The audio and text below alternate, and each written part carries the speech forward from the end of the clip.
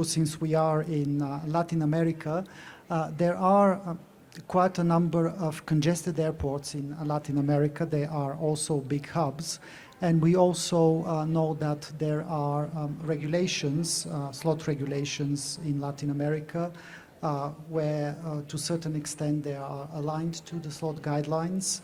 And I would like to ask Rodrigo to a little bit elaborate on that, how the harmonized rules actually help the coordinator on one hand, and then on the other hand, make sure that connectivity and capacity are also working within the region, but also ensuring that connectivity is well managed. Okay, so the harmonized regulation for the slot coordination is very important to have the certainty and previsibility about the scheduling planning. It helps the airport, the airlines, and also the passengers. I can give you some examples, even in Brazil. In Brazil, in the past, we had different rules for the slot monitoring process. We used the punctuality to withdraw the historics.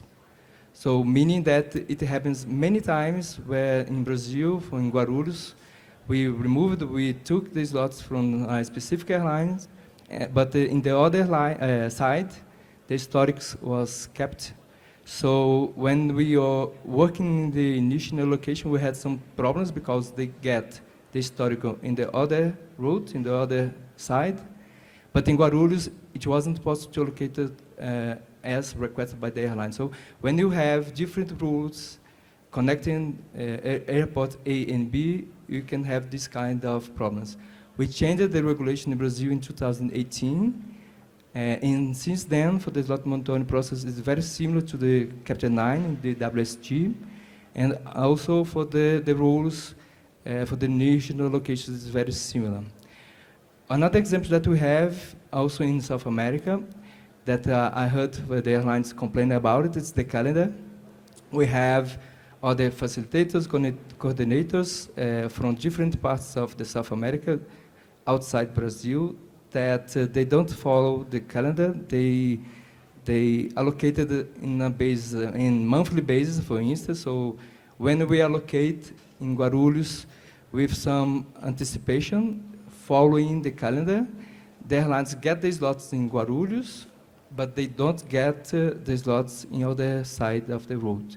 So this could disturb the process, the scheduling planning, and I think this is a challenge that we need to face, trying to harmonize the rules in South America and Latin America. So this is one of the problems that we can face it. We need to face it forward, okay? Thank you. Do you, Petra, see similar issues and challenges and examples of harmonization and how it works well, and where it doesn't, how it impacts you or the airlines? Yeah, you'll have to excuse me, my voice is going, first day of the conference. So I've got a really good example of harmonisation in Sydney. So we just had a change to our slot reforms, and they haven't been changed in 20 years, so they haven't been kept up to date with the changes to the WSG and the WASG. And one of those rules was the change to the new entrant rule, going from 5 per day to 7.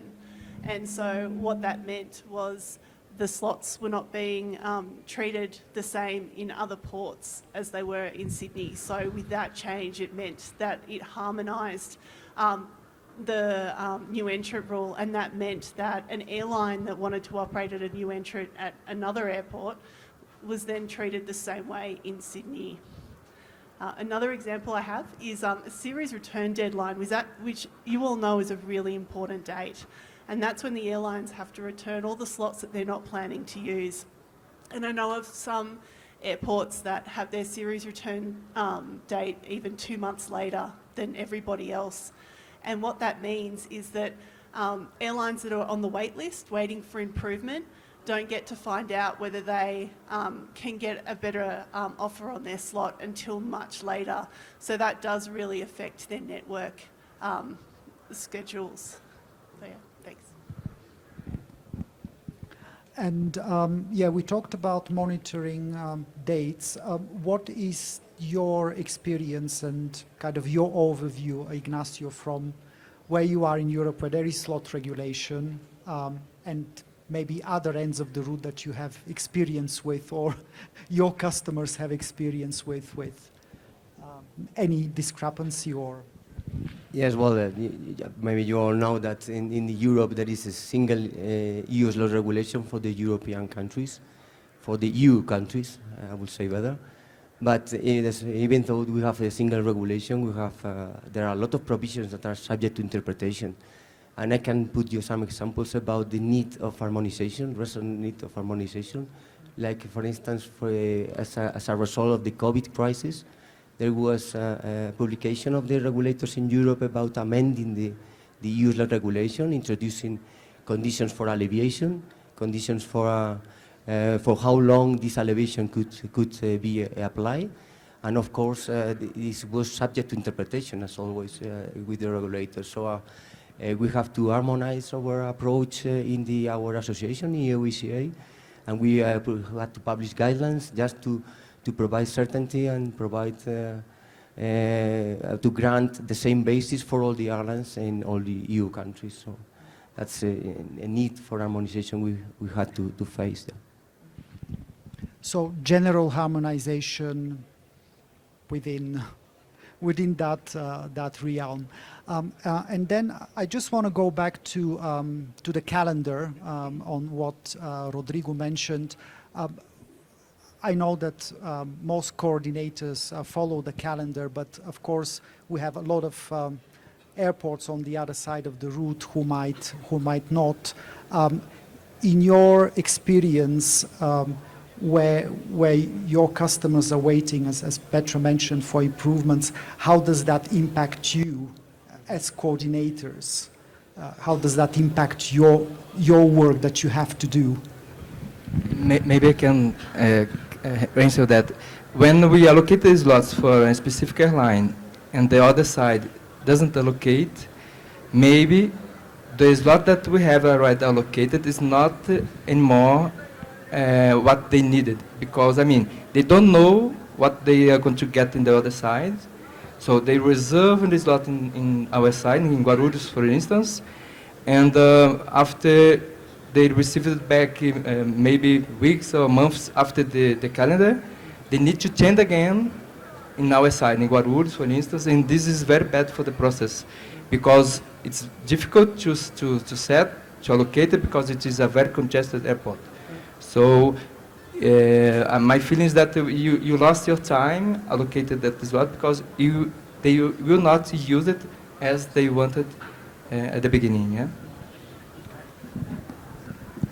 I think as slot coordinators, our main goal is to most efficiently utilise the available capacity, and when other airports don't follow the same timeline as other airports or coordinators, then we run into that trouble. And it's also a certainty issue as well with the airlines. So especially if they're trying to move a slot and it takes a while for them to receive an answer from somebody else. Another example I have is an airport I know of in the Asia Pacific. They don't accept ad hoc changes of less than 5 until 48 hours before operation. So we have a daylight saving issue for the last 4 weeks of our season, and so those airlines can't get those changes they need to align their slots in Australia with this particular airport. So it is a big issue. Yeah.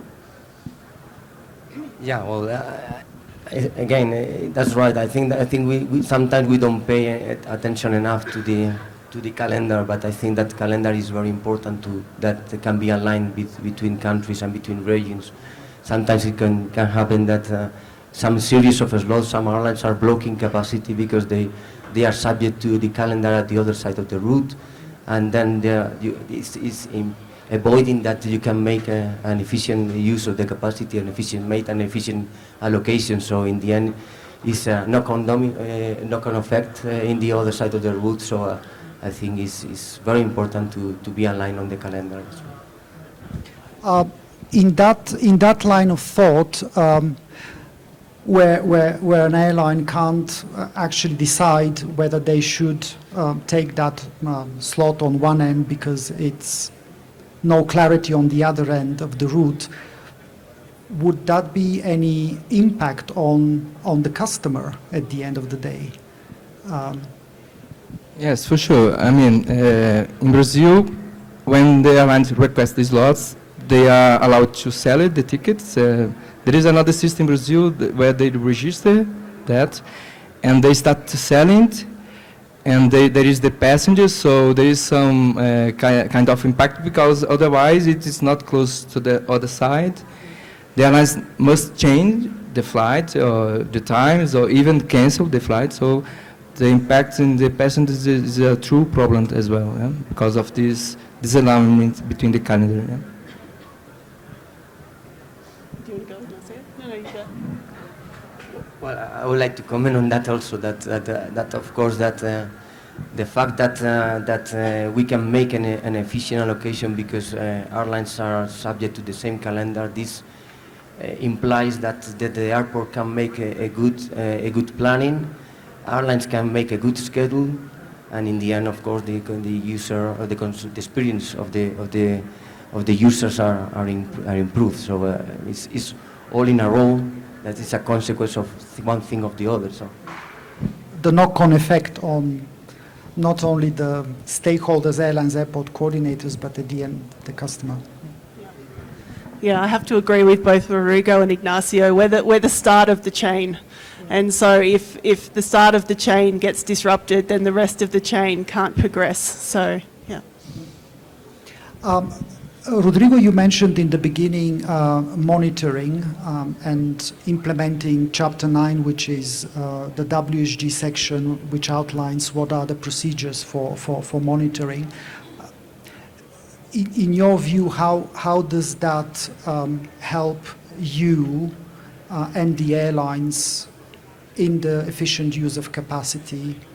And if you can give some examples where you experience maybe difficulties because the rules are different and how you apply them, and maybe some others apply them in a different way. Is there a relation between that? Yes, I gave an example about when in Brazil we had a different rule, so we withdraw the slots in our side, and the other side the airline had the historic, so this is some kind of problem that we need to solve. And when I see for the slot monitoring process, we are using in Brazil similar to the WSG, the Chapter 9.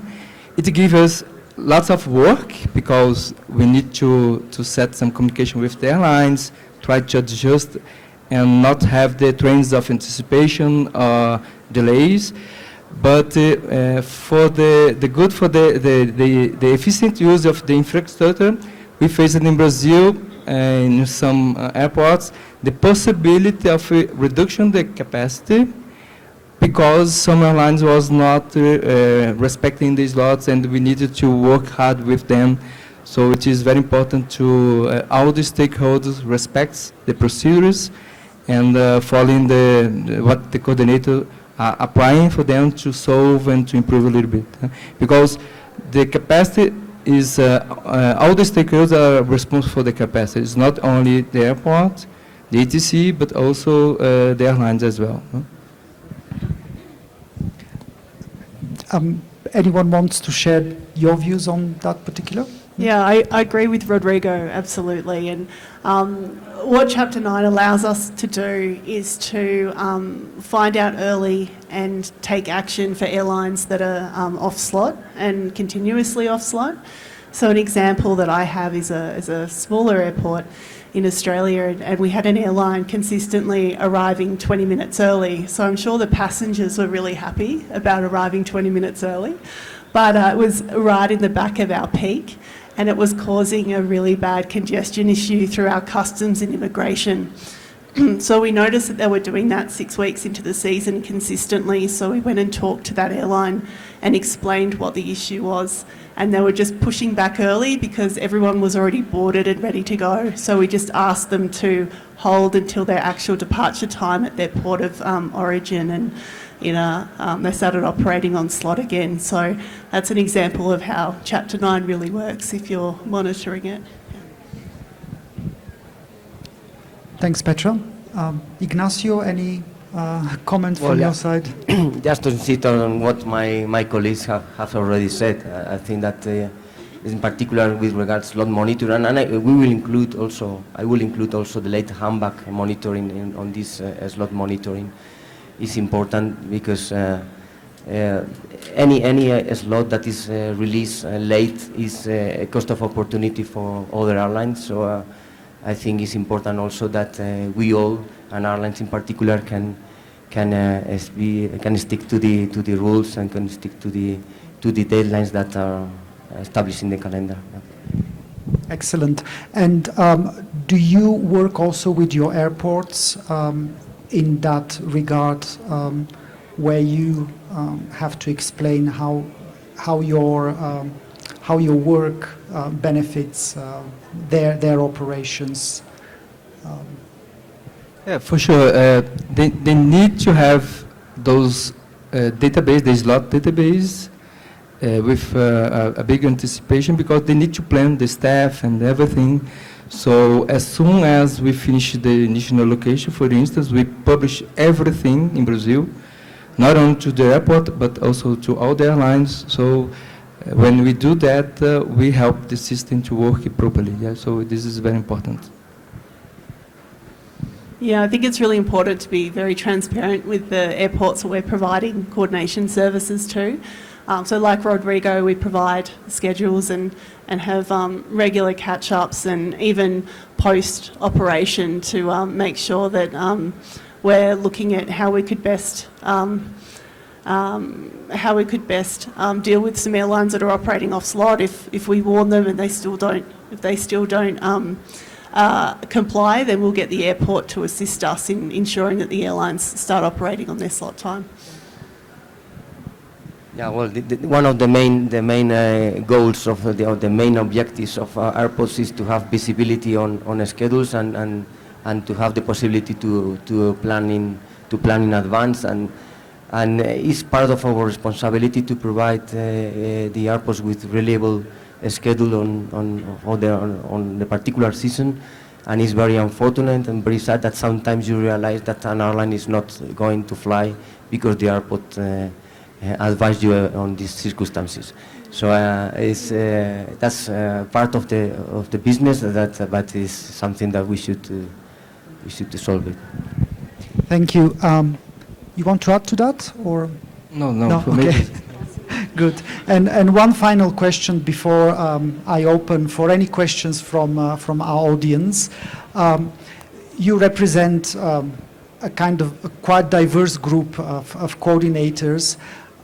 How do you work together with your fellow colleagues around the world to try and harmonize among yourselves, or kind of pick the best practices or share the best practices between yourselves, because you are exposed to various different operating challenges, still different regulations, still different inputs, if you like, from different carriers, different airports. How do you manage to try and harmonize everything, not only within your coordination organizations in each country, but also amongst yourselves? Maybe you can say about the WSCG, but I have an example in Brazil. We have a problem with the Porto Alegre airport. It was flooded for a month. So it is still out operation, it's not operated. And the Portuguese coordination sent me an email to ask about what we have done with the waiver, and this is very nice from Alexandra, thank you very much, because because TAP operated in Porto Alegre as well, so we applied a rule in Brazil setting some kind of waiver for the airlines that operate in Porto Alegre, and I sent to Alexander because TAP was already affected by that problem. So this is the kind of agreement that we can do between the coordinators as well. But I think, as in general, having the WSCG, I think we can get better results also. Thanks, Rodrigo. I think, as Rodrigo pointed out, industry groups are really important. So we have the Asia Pacific Airport Coordinators Association, and I see some of our members just sitting there. And it's a really great forum for Asia Pacific coordinators to get together and discuss issues that are happening at their airports, and maybe some things that they've pointed out in the WASG that they need some clarity or support on. So it's a wonderful forum for us to be able to discuss what's happening in our particular airports and maybe get some guidance. And further to that, we have the Worldwide Airport Coordinators Group as well. So we all meet at the conference and discuss issues or seek guidance about what's happening around the world. So all the coordinators are there together. Yeah. Thanks. Well, I will add that of course, that besides the efforts that the associations are doing for publishing guidelines and recommended practice, not only in my case, at the EU level, but also about in a worldwide level. I think we are a small community of coordinators, and what is a key in this community is the exchange of information. Anytime that there is an event that can affect others, so it could be a strike, so it could be a temporary reduction of capacity, whatever, so to share information and to exchange information between us. So it's something that helps to make decisions. Yeah. Great, thanks very much. So I see in the audience we have airlines, we have airports, we have coordinators, we have civil aviation authorities. Is there any question that you would like to ask the panel? Don't be shy.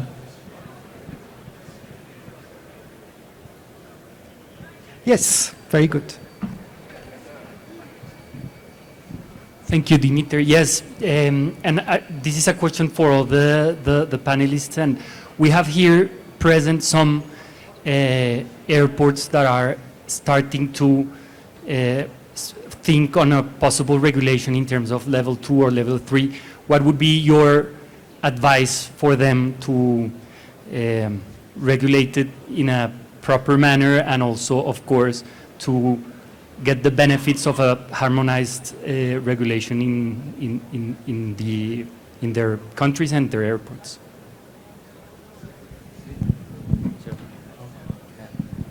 I think you could use like a benchmarking with other countries. In Brazil, we started the slot coordination in 2009, for instance. The first regulation was born like in 2014. Of course, we had some problems with this regulation. We received lots of visits from IATA, Aranza, and so on, and we talked too much about that and to seek what we could improve and learn a little bit more. So I think a benchmark is very well, because in Brazil, for instance, we have it is public, all the documentation regarding the regulation. So there is lots of documentation, studies about what we could implement in terms of this slot coordination regulation. We can share with you, but I think in other countries they have the similar situation. So I think it's good to you to understand how the other countries use it and what it's good, what's bad, to take the advantage of doing something better. Eh? Thanks. I think just further to Rodrigo's point, I think to get proper harmonisation, it's great to be the regulation to be as close to the WASG as possible with few local rules. We've seen in our experience, the more local rules, the more you divert away from the WASG, and it's important for the airlines to be treated the same in each airport, so that we can most efficiently allocate the available capacity. So yeah. I cannot add even a comment to what has just been said. I mean, I think the using the WSG as a reference, I think, is important, and I will also highlight the importance of what just Petra said about try not to deviate so much about this recommended practice, about these guidelines, because in the end, this will contribute to the non-harmonization of rules and about for difficulties for all stakeholders in the end. Thank you very much. Are there any more questions anyone would like to raise?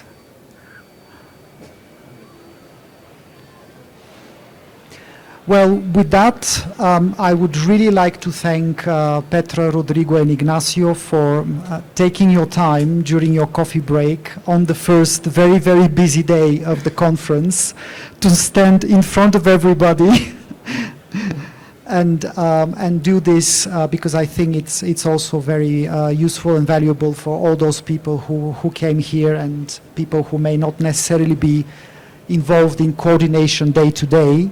So thank you very much. And again, also thanks for you to come and to listen to this panel. And again, wish you a very successful conference and all the best. Thanks very much.